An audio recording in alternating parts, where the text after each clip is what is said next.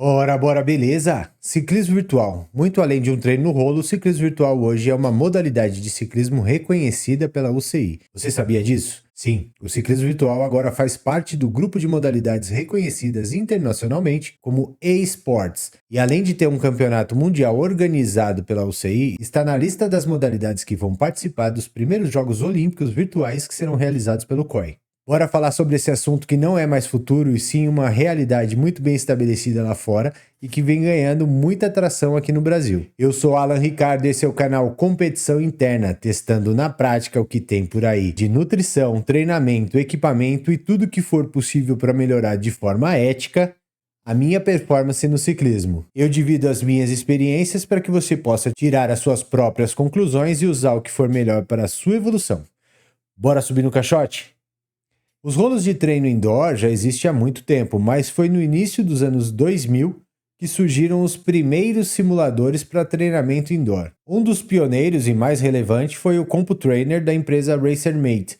Eram bem simples comparados com o que temos hoje, mas já contavam com ajustes de resistência e sensores capazes de conectar com equipamentos externos para registrar métricas como cadência e velocidade. Isso já foi o suficiente para que vários atletas de regiões onde o inverno era mais rigoroso adotassem esse equipamento como uma forma de manter o treinamento e a performance durante os meses mais frios. A grande revolução veio com os Smart Trainers na década de 2010. Com sensores avançados e conectividade com ciclocomputadores e alguns softwares de simulação, esses dispositivos trouxeram uma nova dimensão para o treino indoor, oferecendo resistência variável e um feedback em tempo real. Isso realmente mudou o jogo. Mas o ciclismo virtual como a gente conhece hoje veio com o surgimento das plataformas dedicadas como o Zwift e o Roove. Lançado em 2014, o Zwift se tornou sinônimo de ciclismo virtual, permitindo que ciclistas de toda parte pedalassem juntos, percorrendo rotas com mudanças de terreno, podendo simular um treino dinâmico dentro de casa. E foi assim que surgiram os treinos em grupo, os desafios e as competições no ambiente virtual. Uma combinação de ciclismo e videogame que tornou a prática do ciclismo indoor muito mais prazerosa e até viciante, minimizando uma das queixas mais frequentes dos atletas sobre isso, que era a monotonia.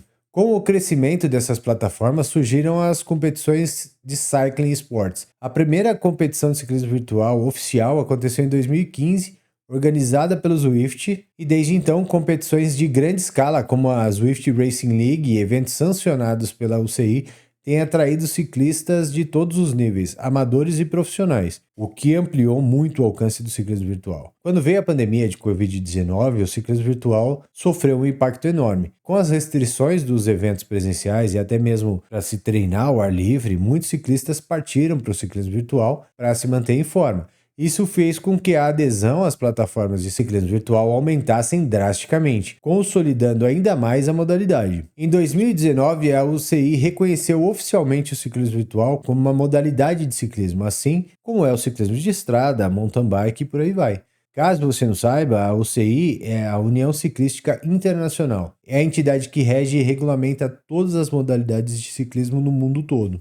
Com esse reconhecimento, veio a criação do primeiro Campeonato Mundial de Ciclismo Virtual, realizado em dezembro de 2020, usando o Zwift como plataforma para o campeonato. O formato da competição incluiu classificação por continentes, que levaram os melhores ciclistas para uma final global. Atletas de elite do mundo todo participaram dessa prova e foi um evento importante transmitido ao vivo. Procura aí no YouTube que você vai achar no canal da UCI. E aqui no Brasil nós não ficamos para trás. A empresa Competições Virtuais Brasileiras realiza desde 2020 o GP Brasil de Ciclismo Virtual. O GP Brasil é uma competição reconhecida e homologada pela CBDU, CBDEL, PAMESCO e UESCO, o que torna essa competição a única desse porte e respeito na América Latina. É uma competição em etapas que utiliza o Roove como plataforma. O Roove foi escolhido porque seu grande diferencial é que a plataforma usa vídeos reais e dados de GPS capturados no local para transportar o mundo real para dentro do ambiente virtual. O GP Brasil acontece em rotas espalhadas por todo o Brasil, como na Orla de Copacabana, no Rio de Janeiro, por exemplo. É uma competição por pontos, onde cada etapa gera uma pontuação de acordo com a classificação final de cada atleta, e no final de todas as etapas, a maior pontuação revela o campeão brasileiro de ciclismo virtual. Existe um ranking geral e um ranking por idades. masculino e feminino. Todo mundo que tem interesse pode participar. Você pode disputar o campeonato ou apenas algumas etapas isoladas.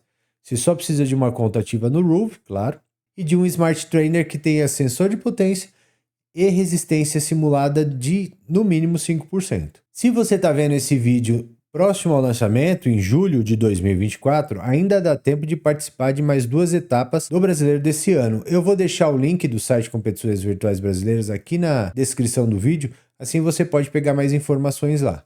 Nos últimos anos, as inovações estão avançando a uma velocidade cada vez maior. Software com cálculos mais avançados que levam em consideração com alta precisão o peso, a altura do atleta, coeficiente de arrasto aerodinâmico da bike do atleta, a influência do vácuo de outros ciclistas no desempenho durante a prática. Tem até softwares que simulam condições do vento, condições climáticas e resistência do vento. E na área do equipamento, aí a coisa evoluiu muito. Temos Smart Trainers que simulam mais de 20% de aclive, sensores de potência de alta precisão, alguns geram trepidação para simular diferenças de superfície, ventiladores que regulam a força do vento de acordo com a velocidade que você está gerando na plataforma, e até torres que levantam e abaixam a frente da bike de acordo com a inclinação do terreno do ambiente virtual. O estado da arte de hardware de equipamento atualmente são as Smart Bikes. São bikes totalmente reajustáveis e em alguns casos integram toda essa lista de coisas que eu te falei acima em um só equipamento. Um bom exemplo é a Kicker Bike da Wahoo. O valor que chega aqui pra gente no Brasil fica bastante salgado, mas é realmente um equipamento de alto nível. Se você tiver curiosidade sobre as especificações, características dessa bike e quanto custa, eu vou deixar um link aqui na descrição para você dar uma olhada nela, para você ir lá matar a curiosidade.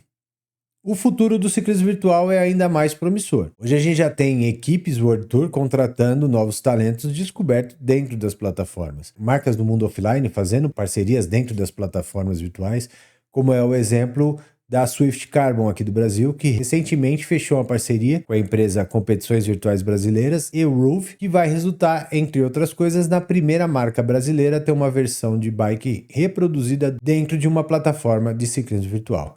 O fato mais impactante dos últimos tempos foi o anúncio feito pelo COI, que pretende criar, já em 2025, os Jogos Olímpicos de eSports, e o ciclismo virtual já está confirmado como uma das modalidades que vão participar dessas Olimpíadas.